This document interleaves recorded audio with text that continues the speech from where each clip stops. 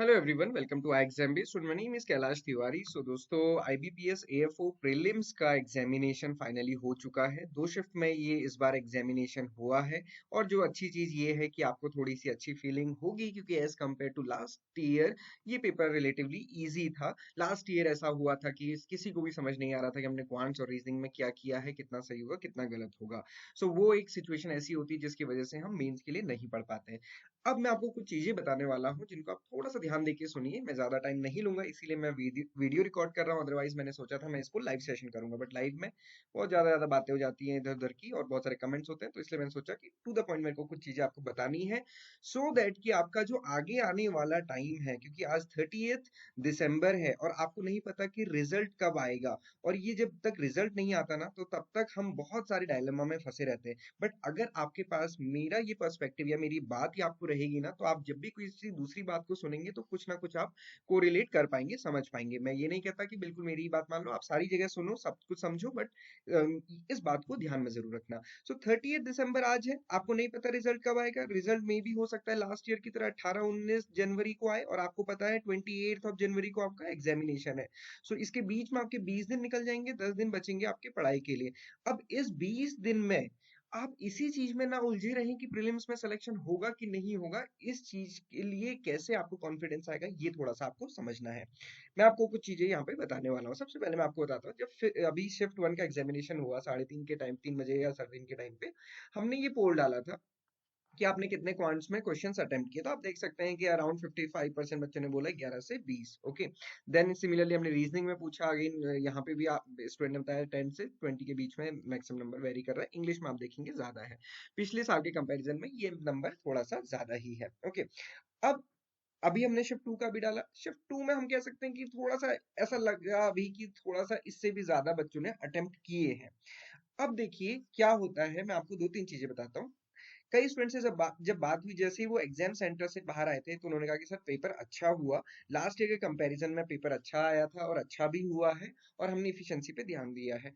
कुछ ही टाइम बाद जब उन स्टूडेंट्स ने वीडियोस देख ली, यूट्यूब पे कुछ पोल्स देख लिए, फिर उसके बाद उनका फिर से आया कि सर अब तो डाउट लग रहा है, क्योंकि हमने तो ऐसा किया था, यहाँ पे तो ऐसा हो रहा है। तो मैं आपको पहली चीज ये बता देता हूँ, यहाँ पे ये जितने पोल है ना, ये बिल्कुल सही होंगे, इसकी कोई गारंटी नहीं। और ये 100% ये हो सकता है कि गलत हो, क्योंकि किसी को कुछ भी ऑप्ट करना ना, कोई इसमें सच बात तो नहीं बता रहा। और सबसे बड़ी बात है कि हमको कितनी सच बात पता है, ये भी सब अपने आप में बड़ा टॉपिक है। क्यों? क्योंकि आप जितने क्वेश्चन आए, अगर आप कहते हैं कि मैं 20 क्वेश्चन क्वांट्स में करके आया, आपको क्या पता है इसमें से कितने सही होने वाले हैं, कितने गलत होने वाले हैं। कुछ ही स्टूडेंट्स को अपनी इफिशियंसी पे भरोसा होगा, अदरवाइज बहुत बारी गड़बड़ होती है।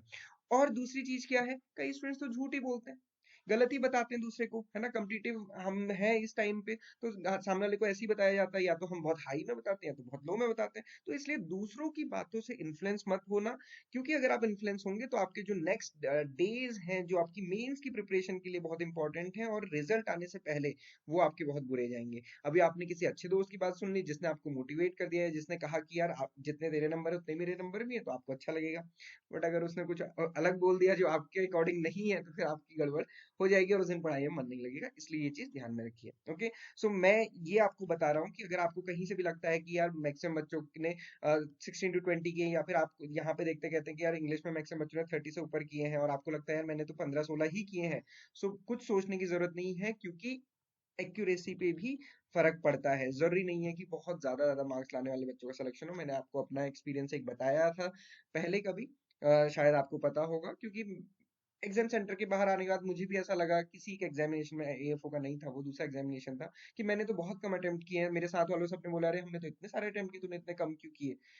और मेरा अच्छी रैंक के साथ सिलेक्शन हुआ था, मेरे दोस्तों का नहीं हुआ था, तो इसलिए, और मैं बहुत निराश हो गया था उसके बाद। तो इसलिए आपको कभी ना दूसरे पे नहीं सोचना है, आपको कंपैरिजन नहीं करना है, आपको अपने पे सेंट्रिक रहना है। ओके, आई होप कि ये चीजें आपको समझ आएंगे। अब इसके आगे नेक्स्ट पार्ट में चलते हैं, वो क्या है, कट ऑफ।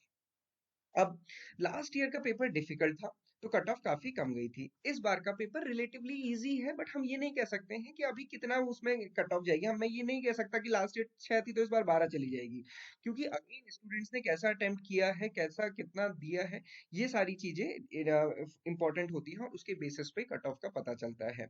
ओके, सो ये जो ब्लैंक है ना, इसको अभी नहीं फिल किया जा सकता। कोई कितनी भी कोशिश कर ले, कुछ भी नंबर बोल दे, तो वो तो ठीक है, वो तो कोई भी बोल सकता है, बट इस नंबर को बता के मैं किसी को भी मतलब एक टाइप से मैं कहूँ कि मैं गुमराह टाइप नहीं कर सकता, क्योंकि किसी भी कंडीशन में कट ऑफ नहीं बताई जा सकती है।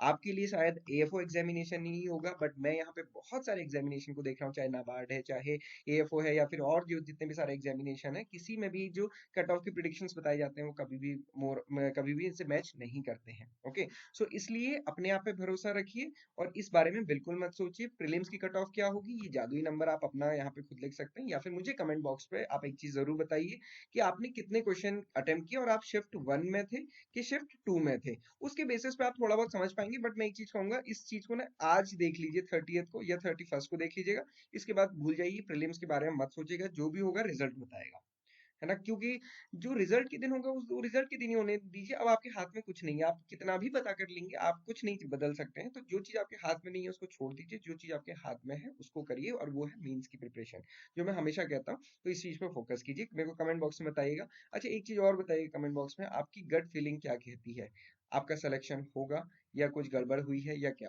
आप अपनी गट फीलिंग शेयर कर सकते हैं। और दूसरा मैं बता दूं कट ऑफ के लिए, क्योंकि बार बार आप लोग ये पूछेंगे या बार बार आप चेज करेंगे, यूट्यूब में कोई ऐसी वीडियो मिल जाए जो ऐसी कट ऑफ बता दे कि जितने मैंने अटेम्प्ट किए हैं उससे कम हो, तो आप खुश हो जाएंगे, तो ये चीजें छोड़ दीजिए। कट ऑफ किसी भी तरीके से प्रिडिक्ट नहीं की जा सकती, और इस साल तो बिल्कुल भी प्रिडिक्ट नहीं की जा सकती। क्यों? क्योंकि इस बार नॉर्मलाइजेशन होगा, 2 शिफ्ट में एग्जामिनेशन हुआ है, एग्जाम का लेवल दोनों शिफ्ट में कितना डिफरेंट था आप नहीं बता सकते हैं। कोई कहेगा किसी स्टूडेंट ने कहा कि सर फर्स्ट शिफ्ट में जो नंबर सीरीज वाला क्वेश्चन था वो ऐसा था, सेकंड शिफ्ट में ऐसा था, सेकंड वाला रिलेटिवली इजी था, सेकंड वाले में इंग्लिश में ज्यादा अटेम्प्ट किए। कोई मतलब नहीं होता उस बातों का, वो जब कट ऑफ आएगी तभी पता चलेगा।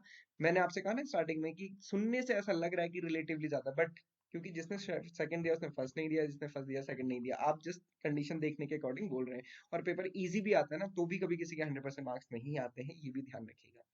तो ये तीनों चीजें पे डिपेंड करती है कट ऑफ, और कोई ऐसा नहीं है जो रिजल्ट आने से पहले ये तीनों चीजें बता दे। अगर कोई ऐसा है जो बता दे कि नॉर्मलाइजेशन का क्या इम्पैक्ट है ना, या किस बेसिस पे नॉर्मलाइजेशन होगा, या कोई बता दे कि एग्जामिनेशन लेवल दोनों शिफ्ट में कैसा था, और कोई ये भी बता दे कि कितने स्टूडेंट्स ने एग्जाम दिया है अगेंस्ट द वैकेंसीज, तो फिर वो कट ऑफ थोड़ा बहुत प्रिडिक्ट की जा सकती है। मुझे नहीं लगता कि कोई ये बताएगा, क्योंकि कोई बता ही नहीं सकता है इस चीज को, तो इसलिए कट ऑफ पे कोई डिस्कशन नहीं करना है। सो मैंने ये वीडियो खासकर इसलिए बनाया है, टू द पॉइंट मैं आपको बता सकूं कि क्या क्या चीजें हैं जिनको आपको ध्यान रखना है। ओके, दोस्तों की बातों में या किसी और की बातों में मत जाइएगा, क्योंकि वो आप जो सुनना चाहते हैं वो शायद नहीं बोलेंगे और आपका मूड उससे खराब होगा। ओके, तो ये चीज ध्यान रखिए। इंपॉर्टेंट क्या है, 28 जनवरी को आपका एग्जामिनेशन है, आज 30 दिसंबर हो गई है, एक महीना बचा हुआ है, देखते ही देखते कट ऑफ के चक्कर में पूरे दिन ना निकल जाए, इसलिए आप आज से प्रिपरेशन कीजिए। आई एग्जाम भी आपके लिए, या हमने आपके लिए एक स्पेसिफिक स्टडी प्लान बनाया है जिसको आप फॉलो कर सकते हैं, जो मैं आपको दिखाऊंगा। ये हमने स्टडी प्लान बनाया है, इसका पीडीएफ आप डाउनलोड भी कर सकते हैं। अब इसमें क्या चीज है ये आपको ध्यान रखना है, इस पीडीएफ को आपको कैसे यूज करना है ये थोड़ा सा इंपॉर्टेंट है। ये देखिए, यहाँ पे मैंने स्टडी प्लान दिया है, फिर आप नीचे क्लासेस का प्लान भी दिया है। जैसे कल है, अभी कल कोई 31st सेलिब्रेट करने की जरूरत नहीं है, हर साल ही एक साल पुराना होता है और एक नया साल आता है, तो कोई बड़ी चीज नहीं है उसमें। ठीक है, उसमें अपने आप को इंट्रोस्पेक्ट करने की जरूरत है और नेक्स्ट साल नेक्स्ट ईयर के लिए गोल सेट करने की जरूरत है, बट इसके लिए पूरी रात हम हुल्लड़ मचाएं, उसका कोई बहुत बड़ा लॉजिक मुझे तो नहीं समझ आता। बाकी अगर आपको लगता है कि उसमें एंजॉयमेंट है तो आप कीजिए, 1 जनवरी हमने खाली ही दिया है, आप अपने अकॉर्डिंग एंजॉय कर सकते हैं जो भी करना है। बट मुझे लगता है जो स्टूडेंट लाइफ में है, क्योंकि आपके पास कुछ ही दिन बचे हुए हैं और 30 दिन से भी कम है, उसमें ऐसा कुछ करिए कि नेक्स्ट ईयर ये बहुत धमाके से आप मना सकें। ओके, सो ये आप अपने लिए खुद से सोच सकते हैं, आप सभी समझदार हैं। सो यहाँ पे क्या करना है, डे वाइज मैंने आपको एग्रीकल्चर और करंट एग्रीकल्चर, क्योंकि करंट एग्रीकल्चर के भले ही क्वेश्चन कम आते हैं बट आपको कवर करके तो जाना है। ओके, सो एग्रीकल्चर में आपको क्या पढ़ना है, स्टार्टिंग उन सब्जेक्ट्स की से कीजिए जो डिफिकल्ट है, क्योंकि जैसे जैसे दिन पास आएंगे ना फिर डिफिकल्ट सब्जेक्ट समझना बहुत मुश्किल होता है। ओके, तो जेनेटिक्स प्लांट ब्रीडिंग से कीजिए, प्लांट फिजियोलॉजी से कीजिए, जो भी डिफिकल्ट लगते हैं वहां से स्टार्ट कीजिए।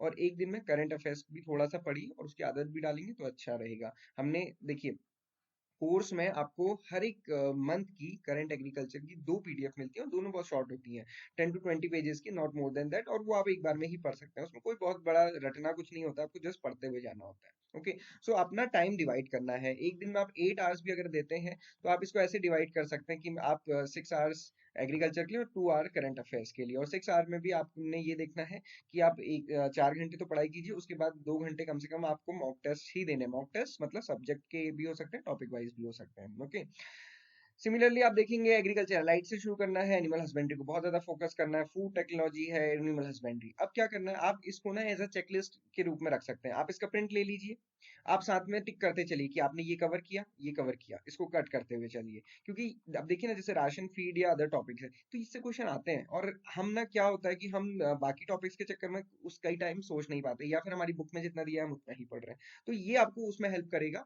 आपको अपना बनाने के लिए। इसका डिस्क्रिप्शन बॉक्स में आपको लिंक मिल जाएगा, आप इसको डाउनलोड कर सकते हैं।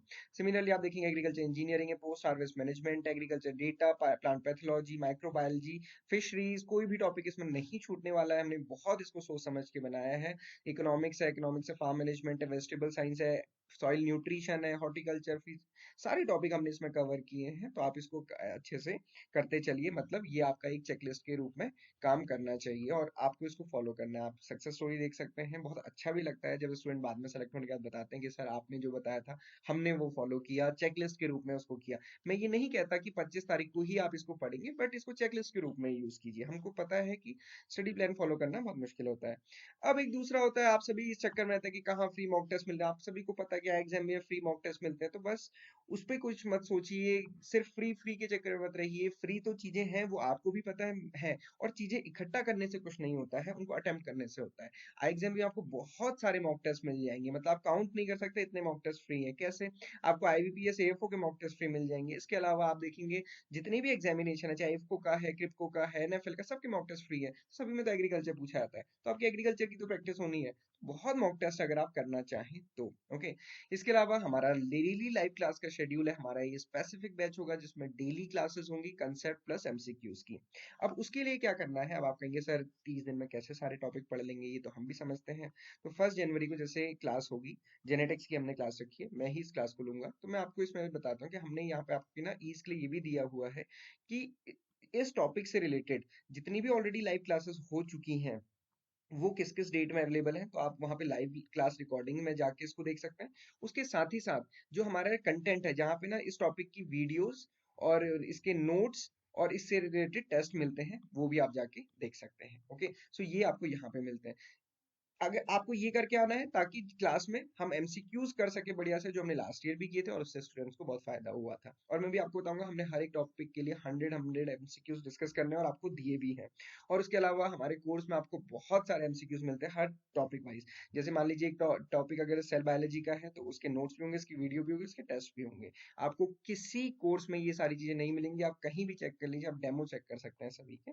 उसके बाद आप डिसाइड कीजिए। तो ये हमने क्लासेस रखी हैं, ट्यूसडे को प्लांट ब्रीडिंग, फिर थर्सडे को प्लांट फिजियोलॉजी, और ये क्लास लगभग 3:30 बजे से 5 साढ़े 5 बजे तक चलेगी। तो 1 से 1.5 घंटे, 1.5 से 2 घंटे की क्लासेस रहेंगी जिसमें हम ये क्वेश्चन एंड आंसर्स डिस्कस करेंगे। ओके, सो डेली ये क्लासेस हैं, इसमें आपको बहुत फोकस करना है ताकि आपकी 28 जनवरी को भी डे आपका अच्छा जा सके और आप अपनी जगह यहाँ पे बना सके। ओके, सो ये थी चीजें नए बैच के बारे में। और इसके अलावा मैं आपको बता दूं, एग्जाम के कोर्स में कई बार स्टूडेंट कहते हैं ना सर हमको केवल मॉक टेस्ट चाहिए, कोर्स नहीं चाहिए। तो मैं आपको बता दूं, एग्जाम भी मॉक टेस्ट तो फ्री में देता है, फिर हम कैसे उसको पेड करेंगे? इसके लिए आपने क्या करना है, मॉक टेस्ट आपको फ्री अवेलेबल है, बट कोर्स लेने से आपको बेनिफिट क्या होगा? यहाँ पे हम जो कहते हैं ना, हमको वन लाइनर चाहिए, समरी चाहिए, तो हमारे कोर्स में स्टार्टिंग में ही आप जाएंगे ना, quick recap and agri section test वाला फोल्डर है, उसके अंदर आपको हर एक टॉपिक के ना समरी मिल जाएंगी, समरी शीट्स। तो ये क्विक रिकैप करके हमने बनाया है, यहाँ पे आप इनको डाउनलोड कर सकते हैं, पढ़ सकते हैं, रिवाइज कर सकते हैं। और एक हर एक चीज के लिए आप देखेंगे यहाँ पे क्वेश्चंस है, इनमें 100+ क्वेश्चंस है, आप इनको कर सकते हैं अटेंड। उसके अलावा तो हर एक टॉपिक के अंदर बहुत सारे टेस्ट हैं, बट ये यहाँ पे 100+ टेस्ट हर एक टेस्ट में दिए हुए हैं।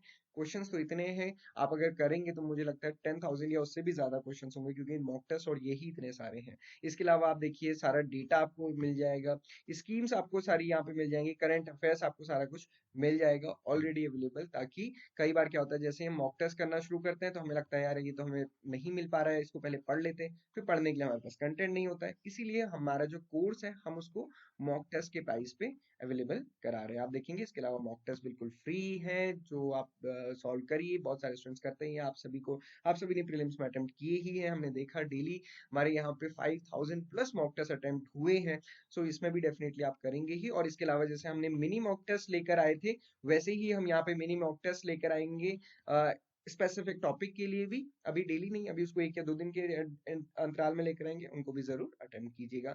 अभी आप इस कोर्स को अगर लेते हैं तो ये कोर्स आपको सिर्फ 1100 का मिल जाएगा। तो अगेन जो मॉक टेस्ट का प्राइस है उसी पे मिल जाएगा मंथ के लिए। इसमें इंटरव्यू गाइडेंस भी रहेगी, इंटरव्यू के लिए फिर अलग से नहीं लेना पड़ेगा। और ये न्यू ईयर का प्राइस है, तो ये 1-2 दिन ही अवेलेबल रहेगा, 1 या 2 तारीख तक। तो आप इसको जल्दी से जल्दी अवेल कर लें और अपनी पढ़ाई करना शुरू करें। इन चीजों पे बहुत टाइम ना वेस्ट करें, डिसाइड कीजिए मुझे कहाँ से पढ़ना है, कहाँ मुझे चीजें अच्छी लग रही हैं। ये मत सोचिए कि जहाँ मेरा दोस्त, क्योंकि जहाँ आपका दोस्त जा रहा है जरूरी नहीं कि वहीं आपको भी समझ आना है।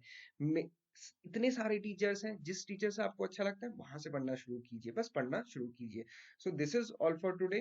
सो दोस्तों, अच्छे से अपनी प्रिपरेशन कीजिए। प्राइस मैंने आपको बता ही दिया है इस कोर्स का, और अगर आप चाहते हैं तो आप इसको अभी अवेल कर सकते हैं, वेबसाइट पे जाइए और इसको इसमें रजिस्टर कर सकते हैं। और बाकी जो स्टूडेंट्स ऑलरेडी एनरोल्ड हैं तो वो अपनी पढ़ाई शुरू कर सकते हैं। ये स्टडी प्लान हमने कोर्स में डाल दिया है, साथ साथ ही सारी चीजें अपडेट हो गई हैं, कुछ भी चीज चेंजेस होंगे मैं टेलीग्राम में आपको बता दूंगा। Thank you everyone for joining this session and have a great night ahead. Cut off के बारे में सोचना बंद कीजिए, अपनी मेंस की प्रिपरेशन कीजिए and be positive, be confident. और इसी कॉन्फिडेंस के साथ मेंस की प्रिपरेशन कीजिए और मुझे कमेंट बॉक्स में जरूर बताइएगा।